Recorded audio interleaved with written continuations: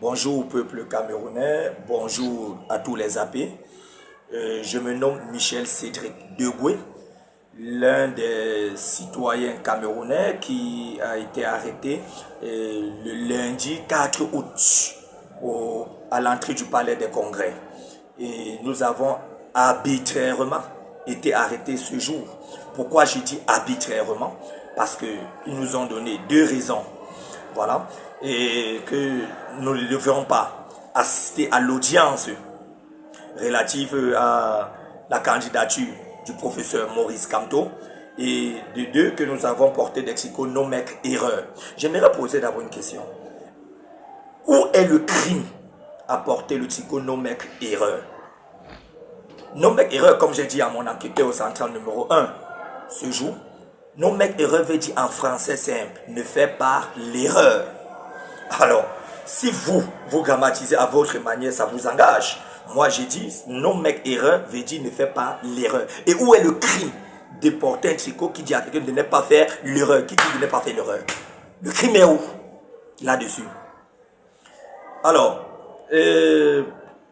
vraiment, j'aimerais vous dire, mon arrestation n'a pas été facile. Oui, ça n'a pas été facile. Voilà. Parce que je demande au peuple camerounais de ne plus se faire laisser arrêter facilement. Nous avons déjà trop subi comme ça dans ce pays. C'est trop. Il est temps que ça s'arrête. Il a fallu au moins 20 à 30 minutes pour qu'on puisse m'arrêter. Pourquoi? Parce que net, on descend des véhicules. À l'entrée du palais des congrès, il y a un commissaire, une dame, 4 étoiles, qui donne immédiatement l'ordre à ses éléments de nous arrêter. Je vous assure, ces buveurs des 33, des Castel, des Kadi, des Domtol, ils ont eu du fil à retordre pour pouvoir m'arrêter. Alors c'était en plein milieu de la route. Quand ils viennent là, quand je fais un jeu de corps, ils se versent d'un côté. Quand ils viennent, je fais un jeu de corps, ils se versent de l'autre côté, ainsi de suite. Alors, Général Valsero, papa, j'aimerais te dire, pendant mon arrestation, j'ai pensé à l'un de tes podcasts que tu avais fait quelques jours avant. Tu avais dit ceci dans ce podcast que quand quelqu'un n'a pas encore reçu les coups de matraque, les coups de pied pour le verre rouge jaune, il ne connaît pas le goût de ça. Il ne connaît pas le goût de ça. Alors je t'assure, papa, ce jour, vraiment, j'ai ressenti le goût de ça. J'étais content quand je recevais les coups de matraque. J'étais content quand je recevais les coups de pied. Je vous assure, j'étais très content. Et je pensais au vert ou jaune. Je disais, oui, c'est pour la nation. C'est pour le vert ou jaune. Et lorsque j'ai dit, quand ils ont réussi en fait, parce qu'il a fallu au moins une cinquantaine, soixantaine de policiers pour pouvoir m'arrêter. Alors quand ils ont réussi à me mobiliser au sol jusqu'à me mettre les minutes par l'arrière, il y a un des policiers qui a commencé à presser ses minutes, serrer, en me disant qu'il va me couper les bras. J'ai dit, il n'y a pas de souci, coupe. Je lui ai dit, il n'y a pas de souci, coupe. C'est pour le vert ou jaune et je suis fier d'avoir le même coupé pour la nation camerounaise, pour le vert ou jaune. Si vous pensez qu'en arrêtant les gens arbitrairement, c'est pour les faire peur, c'est pour les intimider ou quoi que ce soit. Si vous pensez qu'en enfermant les gens, rassurez-vous d'une seule chose, moi, Michel Degoué, dans ce combat, si j'étais engagé à 300%, actuellement que je vous parle, je suis même engagé à 3000%. Je dis bien 3000%. Dans ce combat, la cellule que nous avons fait pratiquement 25 jours enfermés, vous nous avez privé de liberté pendant 25 jours arbitrairement. La cellule dans ce combat ne me dit rien. La prison ne me dit rien. Je suis prêt à donner jusqu'à ma vie dans ce combat. Je dis bien jusqu'à ma vie. Alors, pour ceux qui me demandent souvent, tu es marié, tu as les enfants, ou bien pour ceux qui connaissent, qui disent que tu as pensé à ta femme, tu as pensé à tes enfants, je vous dis une chose. Je suis marié, légalement marié, père de 4 enfants, 4 gosses. La dernière, elle a 6 mois. Seulement 6 mois. Alors, oui, je pense à ma femme. Oui, je pense à mes enfants. Et c'est pour ça que je mène ce combat. C'est pour eux que je mène ce combat. Pour qu'ils ne viennent plus, pour qu'ils ne grandissent plus et subissent le même sort que moi j'ai subi. Qu'ils ne vivent plus dans l'enfer, l'enfer dans lequel je vis là. Oui, fils. Qu'ils ne se retrouvent plus en train de mourir dans des pistes qu'on appelle axes lourds. Qu'ils ne se retrouvent plus en train d'avoir des coupures de lumière à tort et à travers. Je vais citer quoi, laisser quoi, la vie chère, Oh putain, un pays comme le Cameroun. Un pays comme le Cameroun. C'est donc pour ça, c'est donc pour eux que je me bats pour ça. Je me bats pour eux. Ok?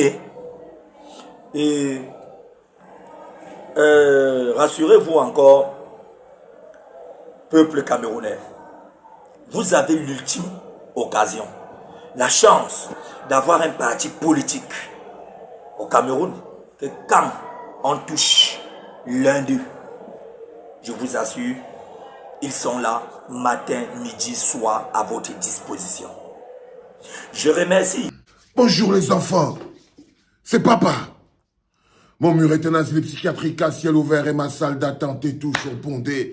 Bienvenue à la clinique les enfants. Vous voyez pourquoi j'applaudis avec force et énergie. C'est pour que pendant que j'applaudis comme ça, vous partagez seulement. Prenez tout le temps que je suis en train d'applaudir mon ami Michel Dogoué et vous partagez seulement la force et la puissance.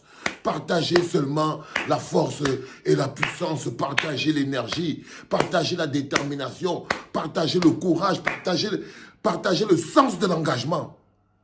Dès que tu as trouvé à quoi ça sert ça, dès que tu trouves quelle est l'importance de ça, ta propre vie se met au service de ça.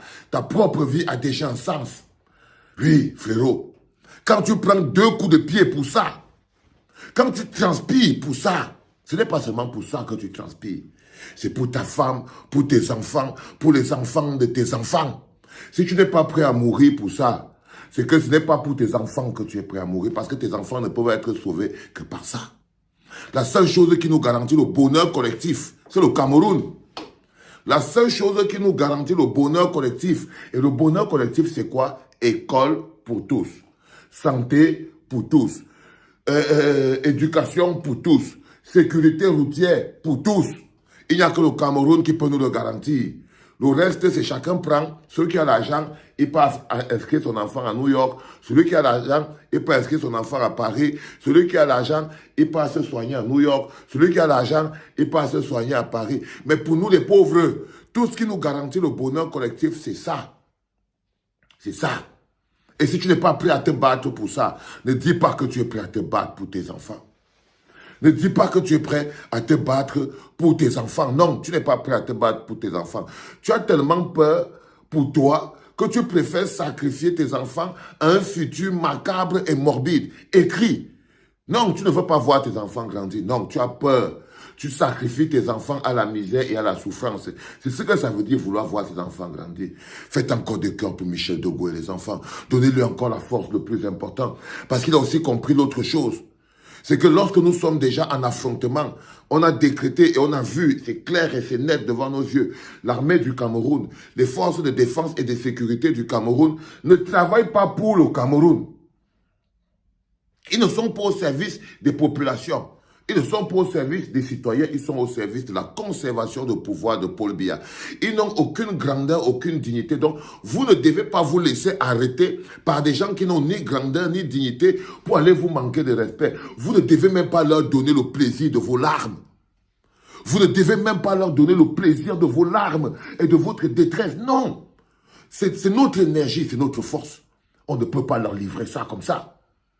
Vous ne devez, jamais vous livrer facilement. Vous avez écouté Michel Dogoué? Ils ont été au moins 50 pour le prendre.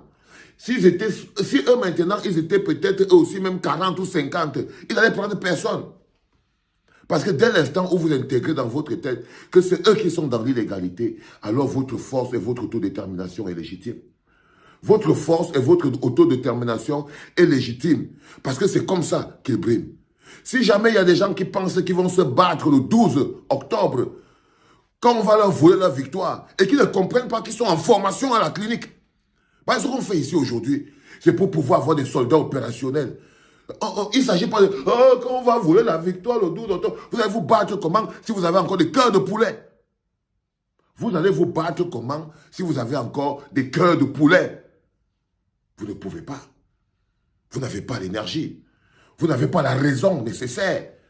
La raison pour laquelle vous vous battez n'imprime pas vos esprits. Ça n'imprime pas vos âmes. Parce que vos esprits et vos âmes sont paralysés par la peur.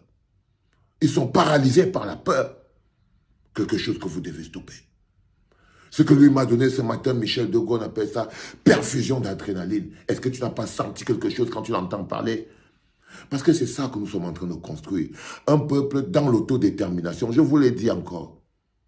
Ils sont dans l'illégalité. Se faire arrêter aujourd'hui comme un poulet est une faute. Se faire arrêter par un policier en disant que je respecte le policier. Il ne te respecte pas. Tu vas respecter quelqu'un qui ne te respecte pas. Si le policier nous respectait, on le respecterait. Mais il ne nous respecte pas. Il nous méprise, il nous brime. On doit se défendre. On doit se défendre, c'est une obligation. Même Dieu là-haut ne peut pas nous pardonner de ne pas nous défendre et de nous laisser nous faire arrêter comme ça, comme des poulets. Non, les enfants. Non, les enfants. L'impératif révolutionnaire du Cameroun et même la politique qui doit être mise en place au pays. Et ça commence par l'autodétermination des Camerounais. À quel niveau êtes-vous prêts? Jusqu'à quel niveau êtes-vous prêts pour ça? Parce qu'il ne s'agit pas de jongler. Oh, les élections. Oh, machin, toujours en train d'aller à se cacher. Même quand la révolution matérialise son impératif. Oui, les enfants, il y a élection. Oui, mais il y a possibilité de renversement de toute la situation. Il faut savoir quelle est votre implication dans cette élection. Vous êtes là pour la consolider, pour la légitimer, ou vous êtes là pour la dégommer. Il faut savoir quel sera votre camp. Parce que le plus important, c'est ça. Ngongo, lui, est là pour l'élection. Il veut que ça passe. Clément attend Ali et vous vous taisez. C'est ça son programme. Ils attendent à ce que... Et ils ont déjà quelques politiciens là qui vont dire que c'est bon pour bien gagner. Maintenant, vous, si vous ne vous entraînez pas aujourd'hui à ne pas vous faire arrêter, à vous lever par centaines, par milliers, parce qu'il faut bien savoir que c'est par centaines, par milliers qu'un peuple se lève pour dire non. Qu'un peuple se lève pour dire non. Bienvenue dans le maquis, les enfants. Le lieu de la résistance. Là où on s'arrête de subir et on commence à agir. Là où on s'arrête de subir et on commence à agir. C'était le tout premier podcast de la journée, les enfants. 1000 excuses pour hier, j'étais explosé. J'avais pas de force. C'était papa.